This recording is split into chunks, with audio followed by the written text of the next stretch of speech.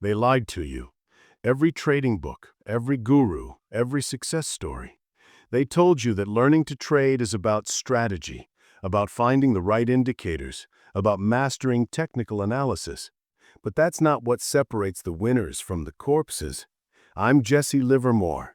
I turned $5 into 100 million, then lost it all, made it back, lost it again.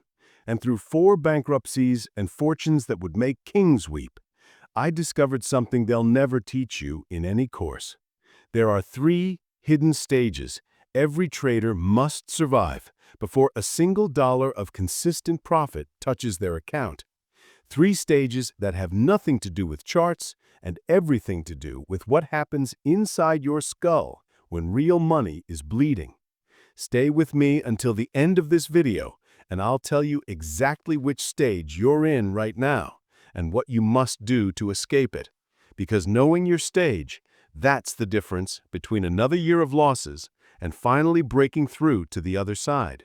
Now, if you watched my last video on the 5 signs you're becoming a profitable trader, you know what success looks like when it arrives. But nobody tells you about the hell you have to walk through to get there. That's what this is about. The stages they don't want you to know exist. Because if you knew how brutal this journey really was, most of you would quit before you started. But before we dive in, do me a favor. Hit that subscribe button, smash the like, share this with another trader who's struggling because they need to hear this. The market doesn't give participation trophies, and neither do I. But if you're serious about this game, you'll want every weapon I'm about to give you. Now, let me tell you about these 3 stages, not because I'm proud of the journey, but because if you're going to trade, you need to know what's coming. You need to know that the pain you're feeling right now, it's not failure, it's education. The most expensive education you'll ever buy. Most men quit before they complete even the first stage. They blow up their accounts, blame the market, and walk away convinced the game is rigged. But the game isn't rigged. It's revealing. Revealing who you really are when money is on the line. Here's what you need to understand before we go deeper. These stages aren't about learning new strategies or finding better setups. They're about transformation, about killing the parts of yourself that will never make money and forging something new from what's left. Each stage strips away a layer of illusion until all that remains is the truth of who you are as a trader. You can't rush this process. You can't skip ahead. I've seen men try to jump from stage 1 to stage 3 by copying someone else's system, by buying expensive courses, by following signals from supposed experts. Every single one of them failed, because the stages aren't about what you know, they're about what you become. The trader who makes it through all 3 stages isn't the same person who started. He can't be. The market won't allow it. It demands a price for success. And that price is everything you thought you knew about yourself, about trading, about making money. Only after you've paid that price, only after you've been broken down and rebuilt, can you truly profit. So as I walk you through these stages, don't just listen for the lessons, look for yourself in them. Because I guarantee you, you're in one of these stages right now, whether you know it or not. And understanding which stage you're in is the only way to move forward. Stage 1, the slaughter of certainty. When I first walked into a bucket shop at 14 years old, I thought I had it figured out. Numbers spoke to me. Patterns emerged from the chaos of the tape like constellations in a night sky. I was making money while grown men were losing their shirts, and I thought it was because I was special, because I could see what others couldn't. That's how it starts for everyone. You make your first winning trade, maybe your second and third, and suddenly you believe you've cracked the code. The market feels like a slot machine that pays out every time you pull the lever. You're not trading, you're taking money. And it feels so easy that you start to wonder why everyone isn't rich. Then the market turns, not gradually, not with warning signs and polite notices that conditions have changed. It turns like a rabid dog, and it goes straight for your throat. I remember my first real beating. I was sure, absolutely certain, that a stock would rise. I had watched it for days. The pattern was clear. The opportunity was obvious. So I went heavy, heavier than I should have. When you're certain, you don't hedge, you don't hesitate. You load up because missing out on easy money feels worse than the risk of being wrong. Except I was wrong. And the market didn't just prove me wrong, it humiliated me. This is what happens in stage one. The market takes everything you believe about yourself and sets it on fire. You learn that confidence isn't an edge, that being smart doesn't protect you, that the market doesn't care about your analysis, your reasoning, or your desperate need to be right. Every trader who survives remembers their stage one. It's the stage where you learn the first great truth. You know nothing. The patterns you saw, random noise your brain decided had meaning. The intuition you trusted, wishful thinking dressed up as insight. The certainty you felt, the most expensive emotion you'll ever indulge. Most traders quit here. They tell themselves the market is impossible, that success is just luck, that the whole system is designed to take money from ordinary people and give it to the insiders. They're wrong, but I understand why they believe it. When you're certain and you lose, it's easier to blame the game than to accept that you didn't know how to play it. But for those who stay, who are stubborn enough or desperate enough to keep going, something begins to shift. The pain of losing becomes a different kind of teacher. You start to question everything, not just your trades, but your entire approach, your assumptions, your rules, your understanding of what trading actually is. You realize that the market isn't a puzzle to solve, it's a war to survive. And in war, confidence gets you killed. Stage one ends when you finally accept that you were never as smart as you thought you were. When the embarrassment of losing fades and leaves behind something more valuable, humility, real humility, the kind that doesn't just admit you were wrong, but accepts that you'll be wrong again many times, and that being wrong isn't failure, it's part of the process. But humility alone won't make you profitable. It just makes you ready for the real work, the work that comes in stage two. Stage two, the discipline of waiting. After you've been humbled, after the market has beaten the arrogance out of you, you enter the strangest phase of your trading education. You start to see opportunities everywhere, real opportunities. The patterns you thought you saw before were fantasies, but now you're seeing the actual structure of how markets move, how they breathe, how they telegraph their intentions to anyone patient enough to watch. And here's the torture of stage two. You see these opportunities and you absolutely know that you shouldn't take most of them. The hardest thing I ever learned wasn't how to read a stock or predict a trend. It was how to sit still, how to watch money being made by others and not jump in, how to let perfect setups pass because the conditions weren't exactly right. Before the crash of 1907, I watched the market for months. I could feel something building, something wrong in the way stocks were moving. The smart money was distributing. Insiders were getting out. But the public, they were buying everything in sight, convinced that prosperity would last forever. I knew a collapse was coming. I could taste it. But I waited. Day after day, week after week, I waited. Not because I wasn't confident, but because I had learned something essential. Being right too early is the same as being wrong. Timing isn't everything in trading. It's the only thing. This is what stage two teaches you. It strips away your need to be constantly in action, your need to prove yourself with every tick of the market, your need to turn every insight into immediate profit. Stage two teaches you that the market pays you for patience, not for activity. Most traders who make it past stage one fail in stage two, because this stage doesn't feel like progress.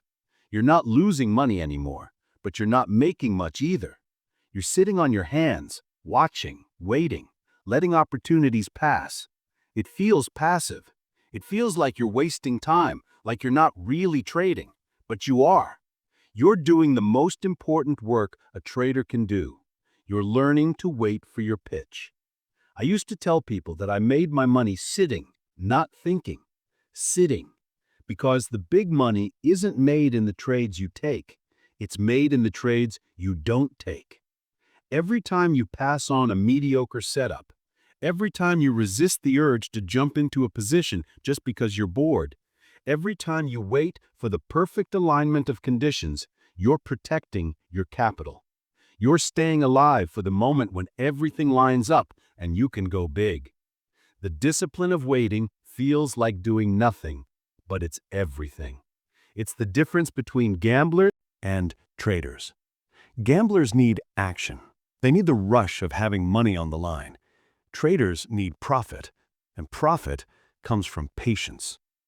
In stage 2, you build your system, not a system of indicators and technical rules, though those have their place. You build a system of emotional control. You learn to separate what you want to happen from what is happening. You learn to read your own fear and greed with the same clarity you read a stock chart. You learn that your biggest enemy isn't the market or other traders or the insiders. It's you. Your impatience, your need to be proven right, your fear of missing out. And slowly, trade by trade, you start to develop something that looks like consistency. You're not crushing the market, you're not making headlines, but you're making money. Small wins that compound, losses that stay small. A slowly rising equity curve that reflects not brilliance, but discipline. Stage 2 ends when patience stops feeling like a sacrifice and starts feeling like an edge. When sitting out mediocre setups doesn't trigger anxiety, but confidence. When you realize that you don't need to trade every day to be a trader. You just need to be ready when the market offers you the trade you've been waiting for. But even with humility and discipline, you're still not where you need to be. There's one more stage, the hardest stage. The stage where you learn the final secret that separates the professionals from everyone else. Stage 3, becoming the market. After the crash of 1929, after I had made my greatest fortune shorting the market into oblivion, people treated me like a prophet. They wanted to know how I'd seen it coming, how I'd had the courage to bet everything on the collapse of American prosperity. They thought I'd outsmarted the market, beaten it. They were wrong. I didn't beat the market.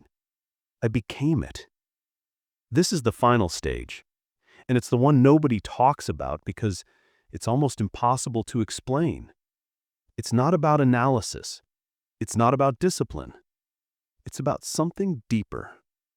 It's about feeling the market's pulse like it's your own heartbeat. About knowing what will happen not because you've predicted it, but because you've aligned yourself so completely with the rhythm of price and volume and sentiment that you move with it instead of against it. In stage 3, you stop fighting the market. You stop trying to impose your will on it or bend it to your analysis. You stop caring about being right. You surrender, not in defeat, but in acceptance. You accept that the market is smarter than you, bigger than you, more powerful than you will ever be. And in that acceptance, you find freedom. I remember the feeling the first time I truly experienced it. I was in a position, a big position, and the market started moving against me. The old Jesse, the stage 1 Jesse, would have panicked or averaged down or convinced himself he was right and the market was wrong. The stage 2 Jesse would have stuck to his stop loss, taken the hit, and waited for another setup. But in that moment, I felt something different. I felt the market telling me something, not through the numbers or the chart or the news, through the movement itself, the way it was rejecting my position, the way the price action was communicating that I was on the wrong side. And instead of fighting it, or managing it, or rationalizing it, I listened. I got out, not at my stop, before my stop, because I could feel that I was wrong. 3 hours later, the stock collapsed. I'd saved myself a fortune, not by following rules, but by becoming sensitive enough to hear what the market was saying. This is stage 3. You develop a sixth sense. Call it intuition, call it pattern recognition at a subconscious level, call it whatever you want, but it's real. You start to feel when you're in sync with the market and when you're not. You start to know before the confirmation whether a trade is going to work, not because you're psychic, but because you've logged so many hours, taken so many trades, survived so many markets, that you've internalized the rhythm of it all. And here's what nobody tells you about stage 3. It's lonely, because you can't explain your decisions anymore.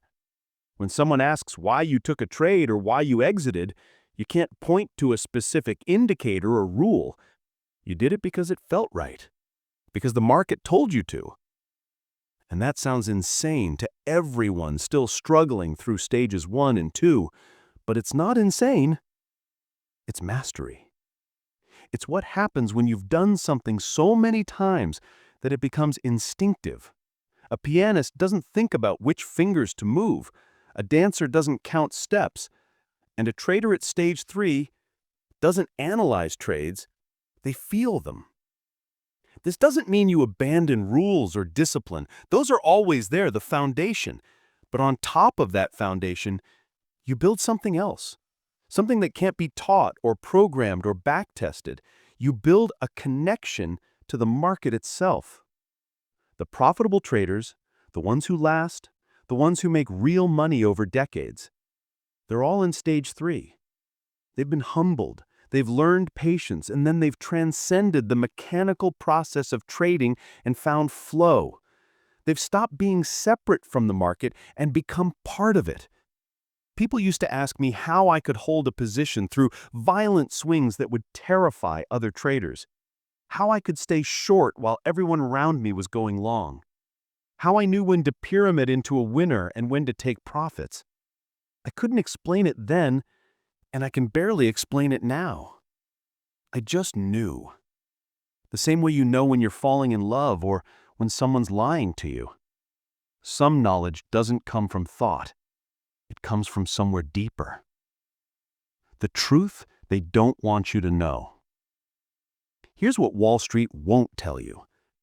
You cannot skip these stages. You cannot read a book or take a course or follow a guru and jump straight to profitability.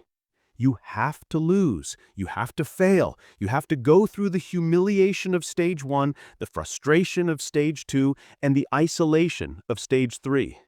There are no shortcuts through this process. Only through. I went broke multiple times. 4 times I lost everything and had to start over. Each time I thought I'd learned enough. Each time the market showed me I hadn't. But each time I came back stronger. Not because I was tougher or smarter or more talented, but because I refused to quit before I'd completed the journey. The 3 stages aren't a curriculum, they're a crucible. They burn away everything that doesn't work, your false confidence, your impatience, your ego, your need to be right. They burn it all away until what's left is a trader. Not a gambler, not a theorist, not a hopeful amateur, a trader.